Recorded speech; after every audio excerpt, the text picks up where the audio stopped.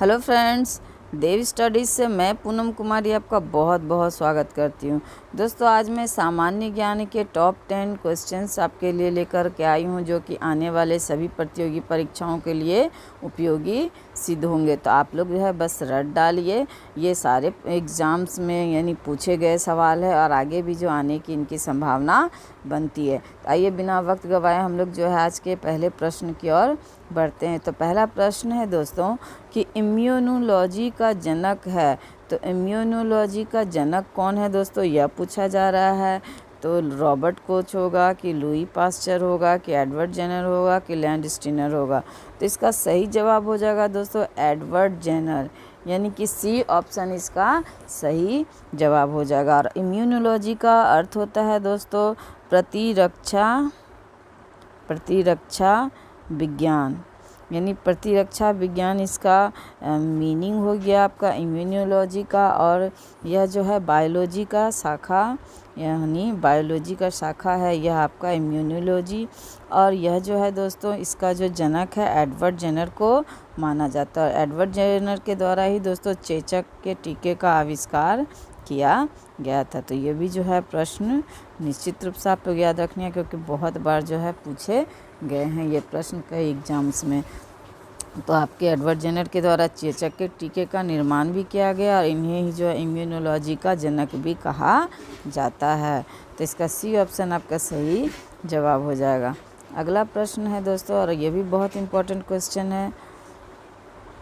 कपड़ा फैक्ट्रियों में काम करने वाले व्यक्ति जैसे कि दरी बुनने वाले निम्नलिखित में से किस व्यावसायिक बीमारी से प्रभावित होते हैं। तो इसका यानी कि जो कपड़ा फैक्ट्रियों में काम करने वाले यानी जो व्यक्ति होते हैं वो किस बीमारी से ग्रसित होते हैं, प्रभावित होते हैं, यह पूछा जा रहा है।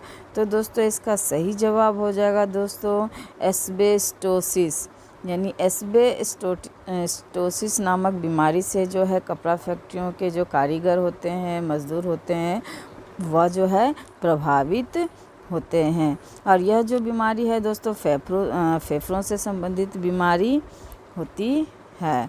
और इसमें जो है फेफड़ों में फाइबर जमा हो जाती है। फाइबर जमा होने के कारण जो है सांस लेने में तकलीफ़ होती है। तो ये जो है आपको फेफड़ों से संबंधित बीमारी है, और यह बीमारी जो है कपड़ा फैक्ट्रियों में काम करने वाले मज़दूरों में विशेष करके देखे जाते हैं। तो इसका ए ऑप्शन आपका सही जवाब हो जाएगा।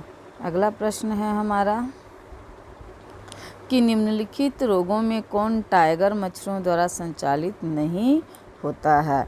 तो टाइगर मच्छरों द्वारा कौन जो है रोग संचालित नहीं होता है दोस्तों, यह पूछा जा रहा है। यहाँ नहीं का इस्तेमाल किया गया है। तो निश्चित रूप से इस प्रश्न को आप लोग ध्यान से देखना, क्योंकि जब नहीं प्रश्न में आ जाता है तो वहाँ बच्चे जो है बहुत ज़्यादा कंफ्यूज्ड होते हैं और गलती करके आ जाते हैं। तो यहाँ नहीं है, तो नहीं को याद करते हुए हम लोग जो है देखेंगे इसके ऑप्शंस को।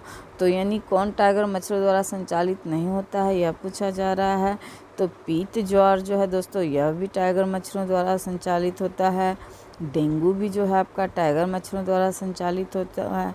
वहीं चिकनगुनिया यह भी जो है आपका टाइगर मच्छरों द्वारा संचालित होता है।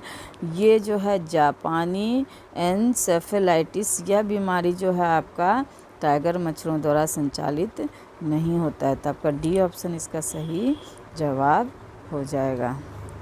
अगला प्रश्न है हमारा कि कृत्रिम इंसुलिन के आविष्कारक कौन थे।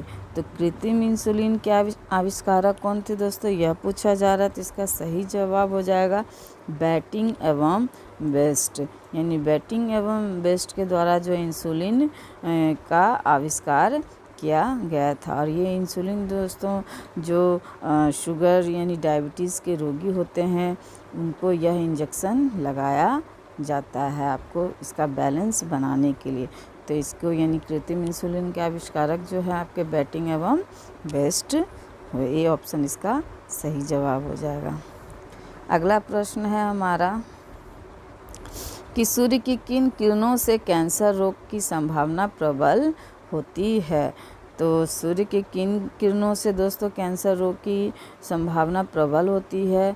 तो इसका सही जवाब हो जाएगा दोस्तों पराबैंगनी किरणें। ये पराबैंगनी किरणें ही जो है आपको इनसे स्किन कैंसर यानी जो त्वचा रोग होने की संभावना बनती है। तो यह जो है स्किन कैंसर का आपका लक्षण इसमें यानी इस पराबैंगनी किरणों के द्वारा ही उत्पन्न होता है। इसलिए धूप की मात्रा जो है यानी विटामिन डी धूप में होती है तो यह लेना आवश्यक है, किंतु अगर इसकी मात्रा अधिक होती तो इससे त्वचा से संबंधित रोग भी होने की संभावना होती है। और ये पराबैंगनी किरणों से हमें जो है दोस्तों क्षोभ मंडल बचाता है। तो यह भी जो आप लोग निश्चित रूप से याद रखना। अगला प्रश्न है हमारा कि निम्न में से कौन सा मादक द्रव्य नहीं है?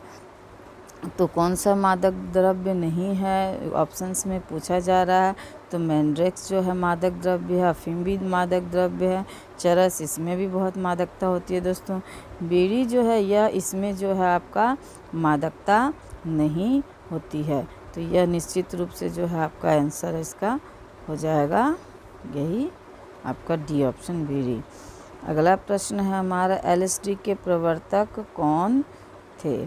तो एलएसडी के प्रवर्तक कौन थे दोस्तों यह पूछा जा रहा है। तो इसका उत्तर हो जाएगा हाफमैन। हाफमैन जो है एलएसडी के प्रवर्तक माने जाते हैं। अगला प्रश्न है हमारा मनोविश्लेषण पद्धति के प्रतिपादक कौन थे? तो मनोविश्लेषण पद्धति के प्रतिपादक कौन थे यह पूछा जा रहा है। तो इसका सही जवाब हो जाएगा दोस्तों फ्रायड, यानी ए ऑप्शन इसका सही जवाब हो जाएगा। फ्रायड जो है मनोविश्लेषण पद्धति के प्रतिपादक थे। अगला प्रश्न है हमारा कि अष्टांग योग का प्रतिपादन किसने किया था? तो अष्टांग योग का प्रतिपादन करने वाले हैं दोस्तों महर्षि पतंजलि है, यानी महर्षि पतंजलि के द्वारा जो अष्टांग योग का प्रतिपादन किया गया था। तो योग जहाँ आ जाए योग शब्द दोस्तों वहाँ पतंजलि यानी महर्षि पतंजलि को निश्चित रूप से आप लोग आंख बंद करके टिक कर सकते हो, क्योंकि योग का संबंध जो है आपका महर्षि पतंजलि से ही माना जाता है। अगला प्रश्न और अंतिम प्रश्न है इस वीडियो का कि किस प्रकार की शराब के पीने से रोगी की मृत्यु हो जाती है? तो दोस्तों शराब तो ऐसे ही नुकसानदायक है हर रूप में, किंतु यहाँ पूछा जा रहा है कि मृत्यु हो जाती है यानी कि इंसान की अंतिम अवस्था तक यह शराब पहुँचा देती। तो कौन सी शराब है जो मनुष्य को अंतिम अवस्था यानी उसकी मृत्यु तक पहुँचा देती है? तो इसका सही जवाब हो जाएगा दोस्तों मिथाइल अल्कोहल, यानी मिथाइल अल्कोहल जो है आपको मनुष्य को यानी इसे पीने से मनुष्य की मृत्यु तक हो जाती है। तो ये थे दोस्तों टॉप 10 प्रश्न जो कि आपका सामान्य अध्ययन से संबंधित थे। अगली क्लास में फिर किसी अन्य प्रश्नों के सेट के साथ हाजिर होंगे आपके सामने। तब तक के लिए देवी स्टडीज़ से जुड़ने के लिए आप सबका बहुत बहुत धन्यवाद।